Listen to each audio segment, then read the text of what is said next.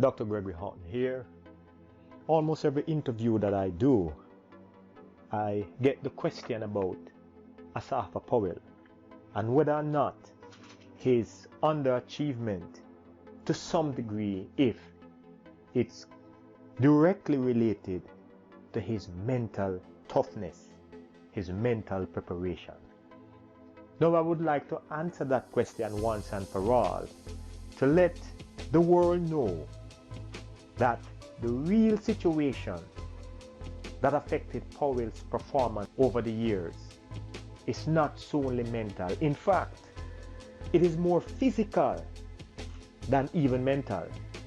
Now, when I went through the information on Asafa's Powell, it was very clear that Asafa had a physical limitation after he received the injury in 2005.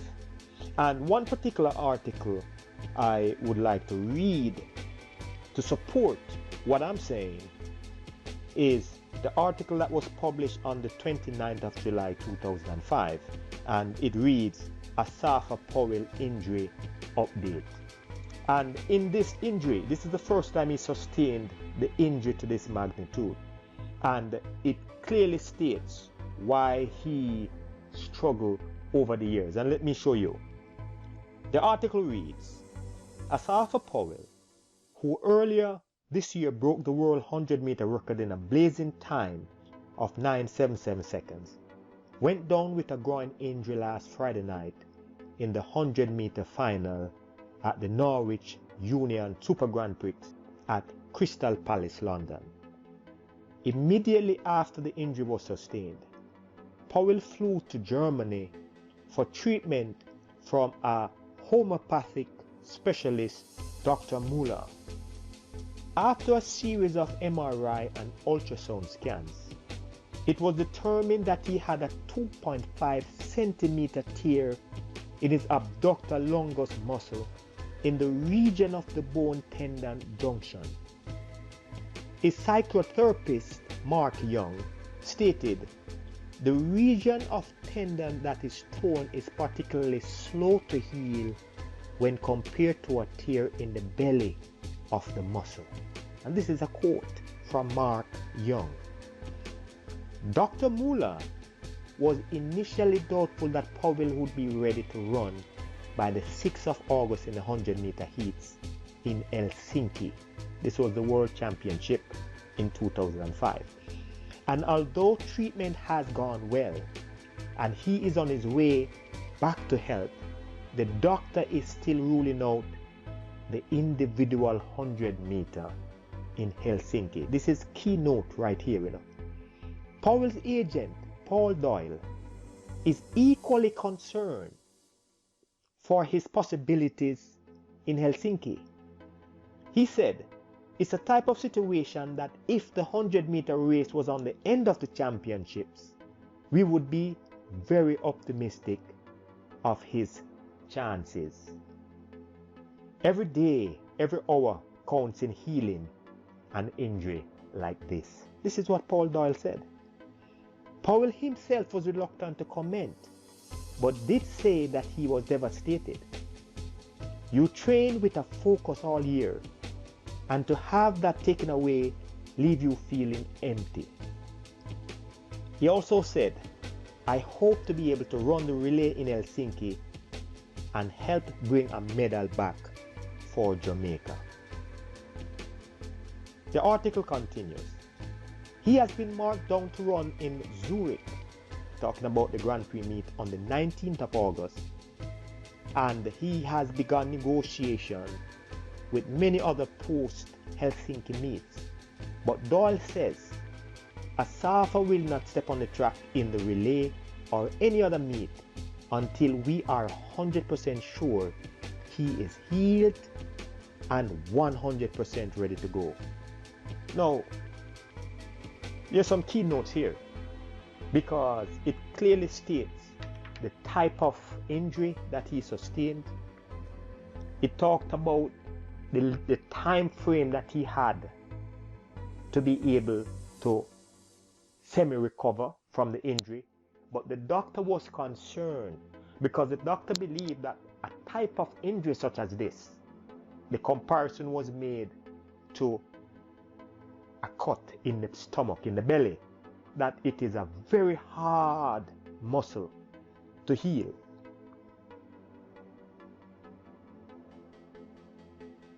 Now here is what Asafa should have done, because an injury of this magnitude will pose a problem for the future. His problem did not require a quick fix. What you find that in most cases, the Europeans and the Americans with the money and the connection, that they would rather lose out on a season than to chase that quick money.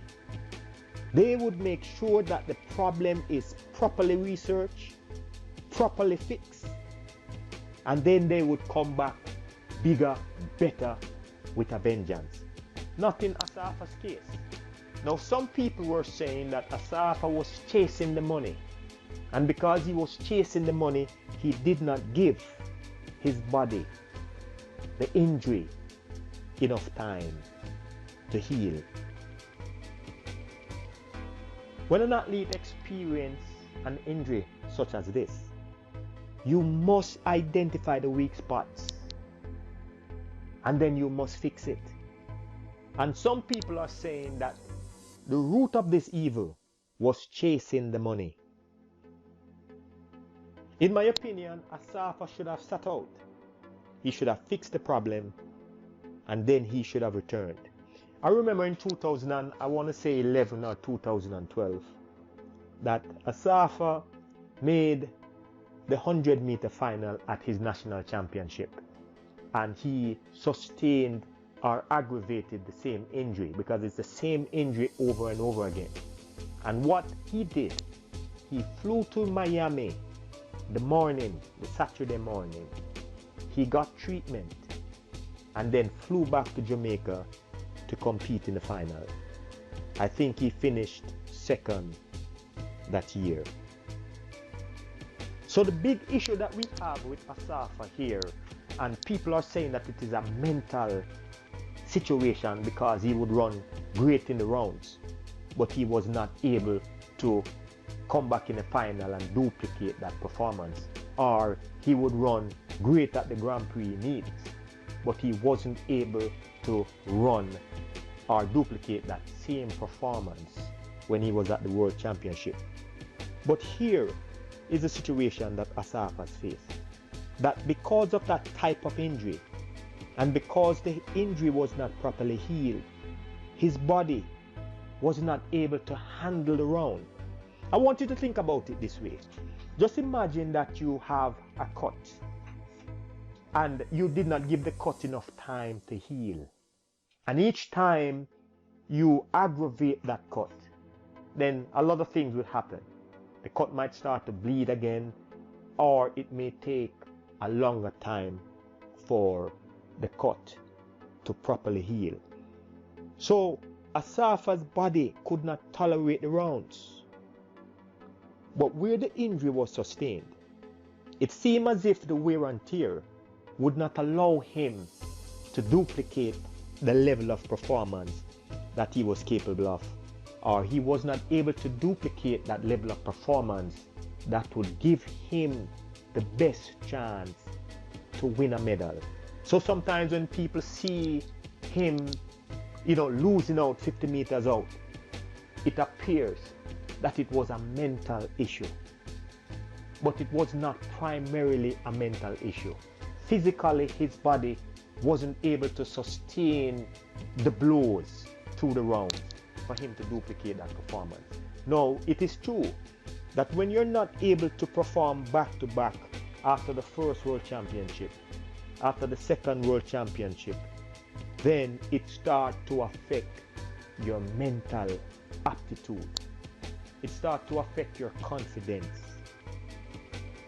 So the injury prevented him from dominating the championship. Now, everything that we do that affects us on a physical level, in most cases, it will affect you also on a mental level.